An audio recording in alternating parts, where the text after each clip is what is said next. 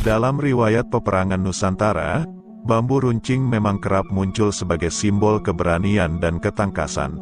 Namun, jauh dari pandangan banyak orang, tersimpan juga sejarah mengenai senjata-senjata canggih yang pernah diciptakan oleh nenek moyang kita dalam masa kerajaan-kerajaan kuno. Salah satunya adalah rahasia mengenai meriam cetbang yang dihasilkan pada masa keemasan kerajaan Majapahit, tahun 1293 sampai tahun 1527 m. Tak terbantahkan bahwa kerajaan Majapahit memimpin di seluruh Nusantara berkat keunggulan dalam menempa perunggu dan teknik produksi massal yang unik, yang mereka terapkan dalam gudang persenjataan utama. Jadi, bukanlah kejutan jika mereka juga menjadi pelopor dalam pembuatan dan penggunaan senjata api dalam skala besar, yang terbukti menjadi elemen vital dalam perang. Meriam cetbang menjadi bagian kunci dari arsenalan mereka. Mengungkap asal-usulnya, teknologi senjata bubuk mesiu diperkenalkan ke Nusantara selama invasi tentara Kubilai Han dari Tiongkok, dengan bantuan dari tokoh seperti Ike Mese dan Raden Wijaya.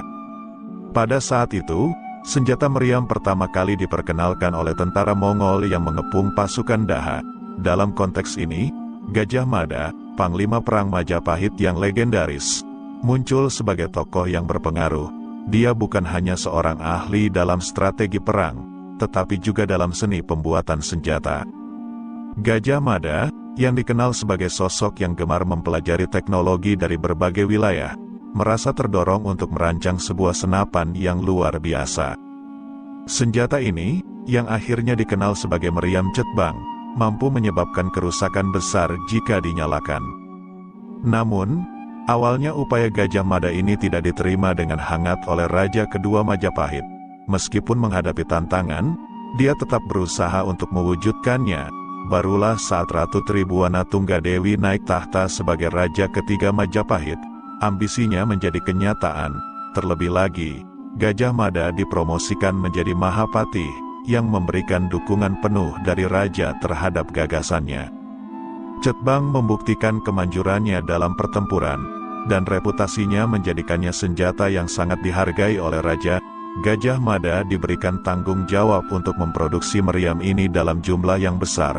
Ukuran cetbang bervariasi, mulai dari yang panjang 1 meter hingga 3 meter, disesuaikan dengan penggunaannya oleh prajurit atau pada armada kapal laut dan gerobak perang.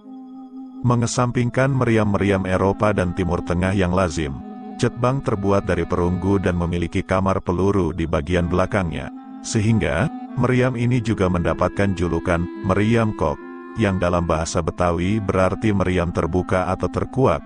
Keunikan ini menempatkan cetbang sebagai karya seni senjata yang berbeda dari yang lain.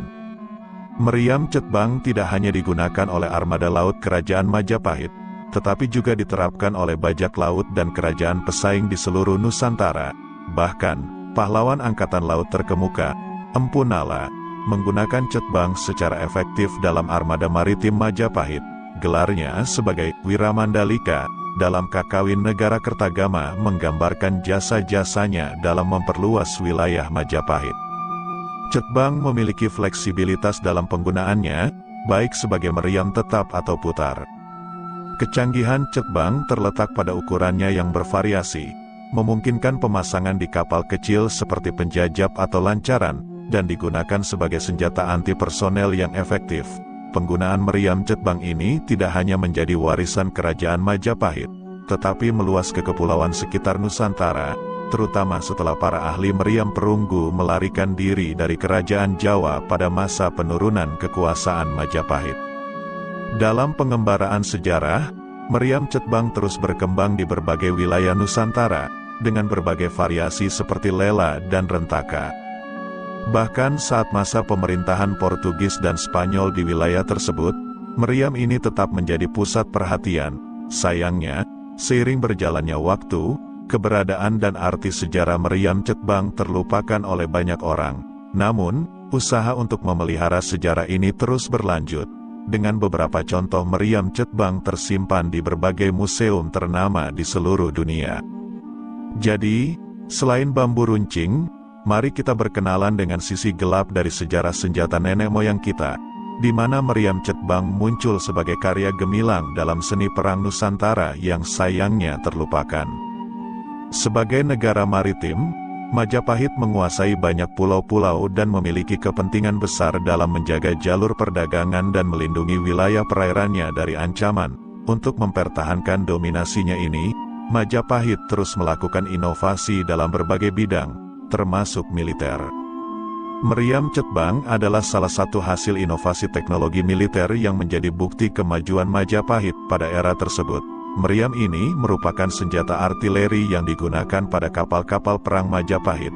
Meriam Cetbang menghadirkan revolusi dalam peperangan maritim dengan menggabungkan prinsip-prinsip pembuatan meriam dengan pengetahuan tentang daya ledak dan bidang tembak yang lebih luas.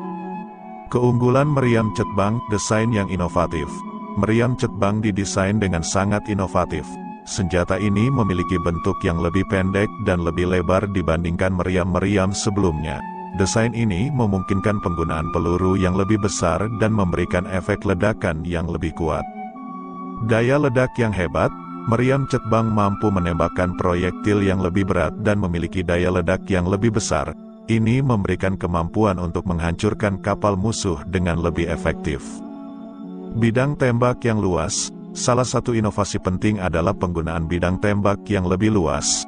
Hal ini memungkinkan kapal-kapal Majapahit untuk menembakkan meriam dari berbagai sudut, meningkatkan fleksibilitas dalam pertempuran. Taktik perang baru, penggunaan Meriam Cetbang mengubah taktik peperangan maritim. Kapal-kapal Majapahit tidak hanya mengandalkan strategi serangan jarak dekat, tetapi juga dapat melibatkan musuh dari jarak yang lebih jauh. Pengaruh dan warisan penggunaan Meriam Cetbang memberikan Majapahit keunggulan dalam pertempuran laut dan membantu mereka mempertahankan dominasi maritim. Meriam ini tidak hanya menjadi aset militer, tetapi juga menjadi simbol kekuatan dan prestise kerajaan Majapahit di panggung internasional. Warisan Meriam Cetbang masih dapat ditemukan dalam budaya dan sejarah Indonesia. Meriam ini menjadi bukti kemajuan teknologi dan kreativitas masyarakat Nusantara pada masa lalu. Penggunaan teknologi canggih ini juga menunjukkan bahwa Indonesia memiliki potensi untuk berkembang dalam berbagai bidang. Kesimpulan, Meriam Cetbang adalah contoh nyata bagaimana Majapahit menggunakan inovasi teknologi untuk meningkatkan kekuatan militer dan dominasi maritim mereka. Senjata ini mengubah cara perang di laut dilakukan dan memberikan pengaruh jangka panjang dalam sejarah dan budaya Indonesia. Sebagai bagian dari warisan bersejarah, Meriam Cetbang mengingatkan kita akan kemampuan kreativitas dan kecerdasan manusia dalam mengatasi tantangan pada zamannya.